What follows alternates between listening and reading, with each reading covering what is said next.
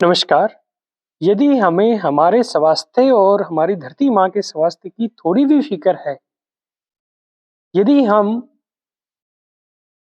टिकाऊ फसल उत्पादन और मृदा स्वास्थ्य को रखना चाहते हैं और यदि हम आने वाली हमारी पीढ़ियों को एक स्वस्थ धरती माँ देना चाहते हैं, तो हमें हरी खाद को अपनाना होगा। इसके अलावा इतना सस्ता और अच्छा और कोई विकल्प नहीं दिखता।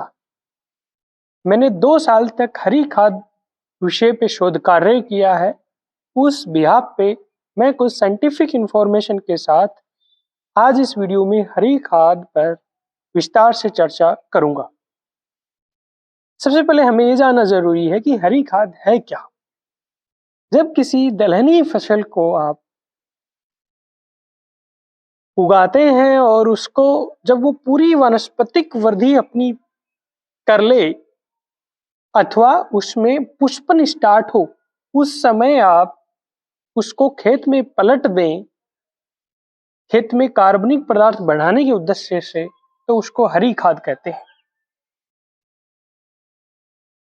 हरी खाद क्यों जरूरी है, इसको मैं साइंटिफिक डाटा बेसिस पे 14 पॉइंट में आपको बताने की कोशिश करूंगा। यदि आप अपने खेत में हरी खाद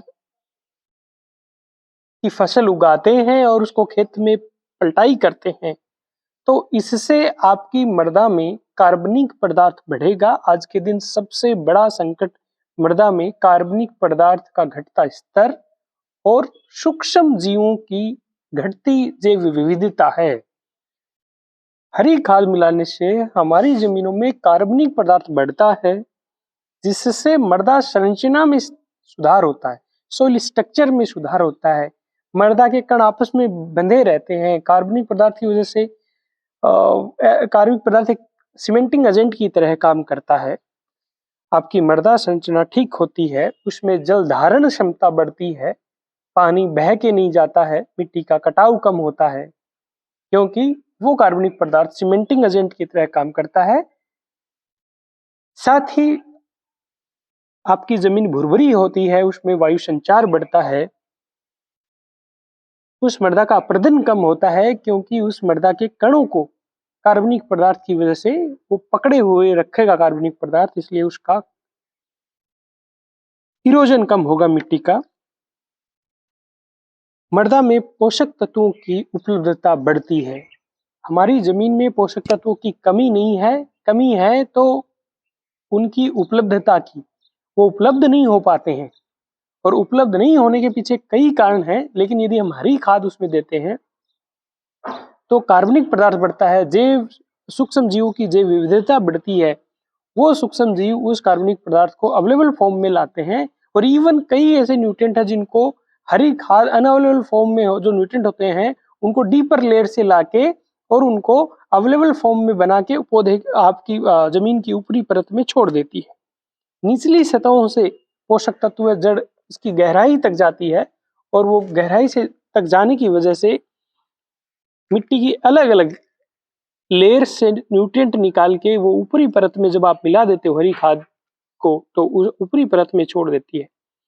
सबसे जरूरी बात कि ये मिट्टी का पीएच कम करता है, क्योंकि हरी खादों का जूस जो होता है वो अम्लीय प्रवृत्ति का होता है और ये कई स्टडी में साबित हो चुका है कि ये मृदा की लवणीयता क्षारीयता के स्तर को कम करता है और पीएच को न्यूट्रल की तरफ ले जाता है, जो फसलों के लिए बहुत जरूरी है।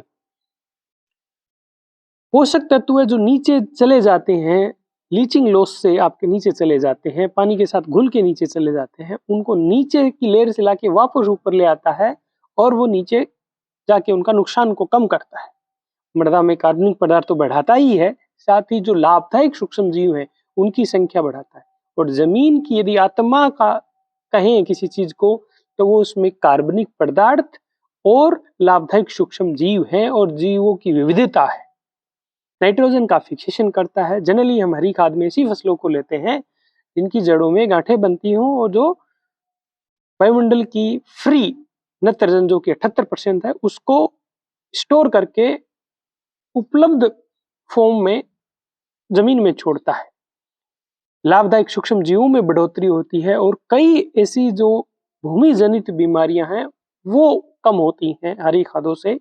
कई निमेटोड्स हैं उनकी पॉपुलेशन हरी खादों से कम होती है और खरपतवारों की संख्या कम होती है, क्योंकि खरपतवारों पे स्मूदरिंग इफेक्ट होता है, उससे खरपतवार नहीं उगते हैं। और दूसरा, इस जिस सीजन में ये उगती है इसका कुछ एलिलोपैथिक इफेक्ट भी कुछ खरपतवारों के बीजों पे होता है, उसकी वजह से भी खरपतवार के बीज ठीक से नहीं उग पाते हैं। अब हम जानते हैं कि हरी खाद के लिए हमें कौन सी फसल लेनी चाहिए और कैसी फसल का हमें चुनाव करना चाहिए।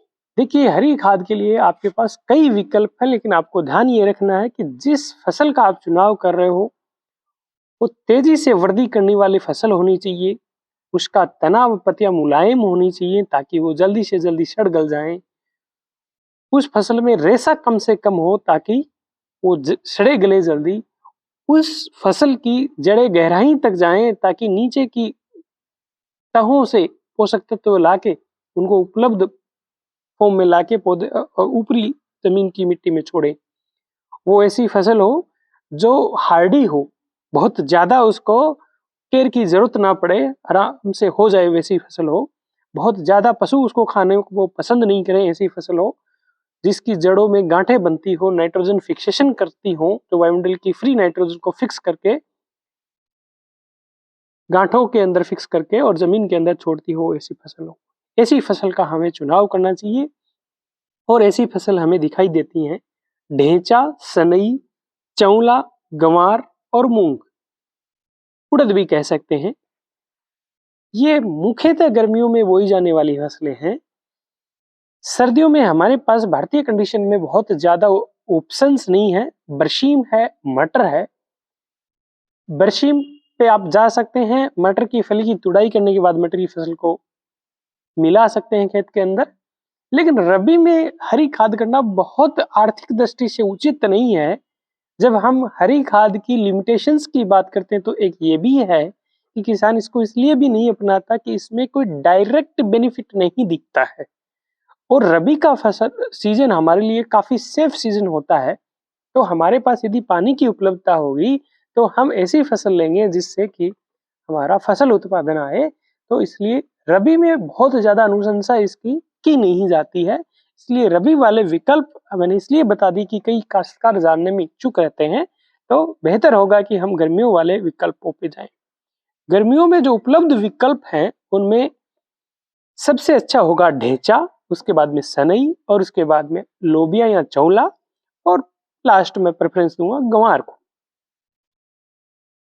और आप जा सकते हैं मूंग पे भी, उसकी यदि आप फलियां तोड़ देते हो तो बचे हुए मूंग को आप मिला सकते हो। लेकिन मैं ढेंचा और सनई को इसलिए ज्यादा वेटेज दे रहा हूं क्योंकि इनसे जो कुल हरा पदार्थ आपको मिलता है, जो टोटल मटेरियल मिलता है, वो आपके गंवार, लोबिया या मूंग या अन्य किसी फसल से बहुत ज्यादा है। करीब आप ढेंचा की यदि फसल 1 हेक्टेयर एरिया में लेते हो तो करीब आपको 25 से लगाकर 35 टन प्रति हेक्टेयर हरा मटेरियल मिल जाता है। आप सोचिए 25 से 35 टन यदि आप गोबर की खाद खेत में डालेंगे तो करीब आपके 10 से 12 ट्रॉली गोबर की खाद आएगी। और एक ट्रॉली की यदि कीमत आप 2000 रुपए भी मानते हैं तो करीब आपके 20,000 25,000 रुपए की आपके गोबर की खाद ही होगी 1 हेक्टेयर एरिया में। सिर्फ 1 हेक्टेयर एरिया में खाद के लिए, गोबर की खाद के लिए आप 20-25 हजार रुपए खर्च कर दें, ये आर्थिक दृष्टि से बहुत ठीक नहीं अनुभव होता है। यदि आपके पास गोबर उपलब्ध है तो बिल्कुल आप गोबर की सड़ी हुई खाद इस्तेमाल कर सकते हैं। लेकिन वर्तमान परिदृश्य में हमारे पास इतने पशु नहीं है, इतना गोबर नहीं है, या जो गोबर की खाद है वो अप टू दी मार्क नहीं है, अप टू दी स्टैंडर्ड नहीं है। उसमें वीड का सीड रहता है, खरपतवारों का बीज रहता है, उसमें कई और भी समस्याएं रहती हैं, वो ठीक से सड़ती गलती नहीं है, वो खुले में पड़ी रहती है, उसके पोषक तत्वों का ह्रास हो जाता है। तो ऐसे में हरी खाद से बेहतर कुछ भी नजर नहीं आता है। इसके बायोमास के अलावा हमें नाइट्रोजन, फास्फोरस और पोटाश की इसमें सांद्रता भी ज्यादा होती है और कुल मात्रा भी आप प्रति हेक्टेयर में देख रहे हो कि नाइट्रोजन 125 से 145 किलो प्रति हेक्टेयर, फास्फोरस 14 से 18 किलो प्रति हेक्टेयर, पोटाश आपका 130 से 140 किलो और अन्य सभी द्वितीयक और सूक्ष्म पोषक तत्व जिसमें आपका sulphur, calcium, magnesium, ferrous, copper, zinc, manganese, boron वगैरह सभी आवश्यक पोषक तत्व आ जाते हैं। तो वो सभी भी इसके अंदर इनके अंदर उपलब्ध होते हैं। अब यदि हम बात करें कि कैसे हरी खाद लगाएं, इसकी पैकेज ऑफ प्रैक्टिस क्या होनी चाहिए, तो देखिए हरी खाद को लगाने के लिए रबी फसल जब आपकी कटाई हो जाती है, सबसे जरूरी बात है आपके पास पानी की उपलब्धता यदि गर्मियों में है तो आप रबी फसल कटाई के बाद में, यानी कि आपकी रबी फसल करीब आपकी मार्च और अप्रैल में कट जाती है। मार्च अप्रैल में रबी फसल कटाई के बाद में एक बार जुताई करके, चाहे तो आप सूखे में इसको फेंक के पानी लगा दें, चाहे तो आप इसको सूखे में बुआई ऊपर ऊपर करके और फिर पानी लगा दें। लेकिन ज्यादा बेहतर होगा कि आप खेत की जुताई करने के बाद में उसमें पलेवा करें और पलेवा करने के बाद में आप उसको उसमें बुआई करें, और बुआई करें आप जितने में गेहूं जितनी दूरी पे बोते हैं 22.5 सेंटीमीटर स्पेसिंग पे, उतनी दूरी पे ढैंचा की बुआई करें। 1 हेक्टर में करीब आपको 50 से 60 किलो बीज लेना है और प्रति एकड़ कहें तो 20 से 25 किलो बीज प्रति एकड़ लेना है। जहां तक उर्वरकों की बात करें, फर्टिलाइजर की बात करें, तो बहुत ज्यादा इस फसल को फर्टिलाइजर की जरूरत नहीं होती है। लेकिन आप यदि 2 से 2.5 कट्टे प्रति एकड़ एसएसपी के यदि बीज में मिला के बुआई कर देंगे तो ठीक है। उससे बीज बुआई में भी आसानी होगी और हमारे खेत में हम सल्फर भी दे रहे हैं और इधर फास्फोरस भी चला जाएगा, वो ठीक रहेगा आपकी फसल के हिसाब से। एक बहुत जरूरी बात, यदि संभव हो तो इस हरी खाद ढैंचा को या सनई को आप ट्राइकोडर्मा 10 ग्राम प्रति किलो बीज के हिसाब से लेके उपचारित करके बोएंगे तो अच्छा होगा। ये ट्राइकोडर्मा हमारे इस ढैंचा के साथ जाएगा, ये हमारे खेत में पहुंचेगा, खेत में मल्टीप्लाई करेगा और आने वाली खरीफ फसलों में हमारे लिए लाभप्रद होगा। इसके अलावा आप कुछ लोग इसमें मिक्स्ड ग्रीन मैन्योरिंग के कॉन्सेप्ट पे भी जोर देते हैं, जो खासकर प्राकृतिक खेती में विश्वास करते हैं। तो आप सनई या ढैंचा के साथ में कुछ कुछ बीज अन्य फसलों का, जैसे तिल हो गया, खासकर तिल पे बहुत जोर दिया जाता है। हमारे ऋषियों की जो लिटरेचर मिलता है उसमें भी तिल पे बहुत ज्यादा जोर दिया जाता है। तिल का कुछ बीज मिला सकते हो, कुछ बीज आप खासकर धान्य फसलों का मिला सकते हो, जैसे मक्का का मिला सकते हो। और मक्का का बीज यदि आप या बाजरा का बीज मिलाएं थोड़ा सा, मुट्ठी 2 मुट्ठी, और उसके अंदर उसको आप माइकोराइजा से ट्रीट करके फिर बोएं तो वो आपके फसल के लिए, नेक्स्ट फसल के लिए, इस फसल के लिए अच्छा रहेगा। जहां तक पानी की बात है तो ये निर्भर करता है आपकी मिट्टी कैसी है। करीब आप ये मानिए कि 3-4 पानी इसमें चाहिए, क्योंकि हम इसमें बहुत ज्यादा खींच नहीं दे सकते हैं। शुरुआत को छोड़ के शुरू में खींच दे सकते हैं, बाद में पानी की बहुत खींच नहीं दे सकते। यदि पानी की हम बहुत खींच देंगे तो आपका तना कठोर हो जाएगा। तना हमें मुलायम चाहिए, रसदार चाहिए। तो उसके लिए आपको पानी, हो सकता है आपकी मिट्टी कैसी है उसके हिसाब से 10 से 15 दिन या 20 दिन के इंटरवल पे आपको देना पड़ेगा। अन्य किसी मैनेजमेंट की बात न बहुत कोई विशेष कीड़ा आता है, ना कोई बीमारी आती है। जहाँ तक पशुओं के खाने का सवाल है, गर्मियों में और कुछ भी पशुओं को जब खाने को नहीं मिलता तो इसको खा लेते हैं। बहुत चाव से इसको इस ढेंचों को खाना पसंद नहीं करते हैं पशु। कब पलटे हम इसको और कितने दिन बाद हम अन्य अगली फसल ले सकते हैं? देखिए, जब आपकी फसल की वानस्पतिक वृद्धि पूरी हो जाए और उसमें कुछ कुछ पौधों में आपको फूल दिखाई दे, यानी कि ये अवस्था ऐसी है कि पौधा पूरा बढ़वार कर चुका है, उसमें रसदार है, पूरा रसदार है। यदि फूल आना शुरू हुआ है और इसके आगे यदि आप जाएंगे तो पौधे की जो ताकत है वो जाएगी उसके फूल में, उसके फलाव में, पौधे में रेशा पड़ना स्टार्ट हो जाएगा, पौधा मजबूती लेना स्टार्ट कर देगा। तो उसमें पोषक तत्वों की दृष्टि से भी वो ज्यादा आगे जाना ठीक नहीं है, उस फसल को सड़ाने गलाने की दृष्टि से भी वो ज्यादा अच्छा नहीं है। इसलिए जब आपकी फसल वानस्पतिक वृद्धि पूरी कर ले और कुछ एक पौधों में आपको फूल दिखाई दे, तो ये अवस्था आपकी 50-55 दिन के ऊपर दिखाई देगी। लेकिन आप 45 दिन से लगा के 60 दिन तक कभी भी हरी खाद को आप पलट सकते हो।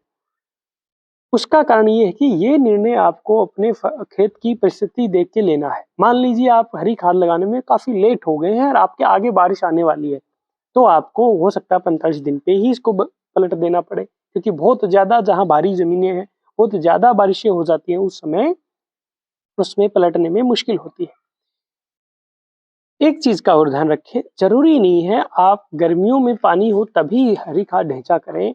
आप यदि संभव हो सके तो मैं तो ये आप सभी से निवेदन करूँगा, जहाँ मोनोक्रॉपिंग होती है, सिर्फ़ एक ही फसल बोते हैं, वो काश्तकार तो प्लीज़ अपने कुछ कुल रकबा का 20 से 25% एरिया में खरीफ फसल ना करके उसमें ढैंचा की हरी खाद करें और बारिश के समय ही कर लें, बारिश होते ही ना करें, बारिश के थोड़ा-सा पार हो जाए उसके बाद में करें, क्योंकि यदि जुलाई के अंदर हरी खाद का बुआई कर दी, तो जुलाई और अगस्त 2 महीने में आपकी खाद हो जाएगी तैयार पलटने लायक। और अगस्त में लगातार बारिशें होती हैं, तो जहाँ बहुत भारी ज़मीनें हैं, राजस्थान का कोटा क्षेत्र है, मध्य प्रदेश का कुछ पार्ट है, वहाँ इसको पलटना थोड़ा मुश्किल हो जाएगा। हल्की ज़मीन वाले, बालू वाले राजस्थान के बाकी हिस्से के लोग इसको आराम से पलट सकते हैं, क्योंकि वहाँ वो बारिश के दूसरे दिन खेत में जुताई की जा सकती है। तो बारिश वाले ये किसान इस चीज़ का आवश्यक रूप से ध्यान रखेंगे। जहाँ तक बीज उपलब्धता का सवाल है, तो इसमें आप बहुत वैरायटी के पीछे ना भागें। आपको अपने आस-पास किसान से, किसी दुकान से, जहाँ से भी बीज मिल रहा है उसको बो दीजिए। हमारा इसमें कार्बनिक पदार्थ पैदा करना उद्देश्य है, हमारा उद्देश्य कोई बीज उत्पादन लेना नहीं है। तो आपको जैसा बीज मिल रहा है उसको आप यूज़ कर सकते हैं। बीज की बहुत बड़ा इसका मार्केट नहीं है, ना ज़्यादा बन पाने की उम्मीद है, क्योंकि इसको बहुत चुनिंदा लोग करते हैं, तो दुकान वाले भी इसका व्यापार इसलिए नहीं करते हैं कि बिकेगा कि नहीं बिकेगा, कोई कंपनी वाले भी इसलिए इसमें नहीं कूदते हैं। तो जहाँ किसानों से आपको मिल रहा है ले लें, आपके पास उपलब्ध कमेंट में नंबर छोड़ दें ताकि आप आपस में आदान-प्रदान कर सकें। मैं भी एक आध किसान के नंबर डिस्क्रिप्शन में भी दूँगा और इसके कमेंट में भी छोड़ूँगा, तो आप वहाँ से देख सकते हैं, उस किसान से आप खरीद सकते हैं, आपके साथ में कोई चीटिंग, धोखाधड़ी नहीं होगा।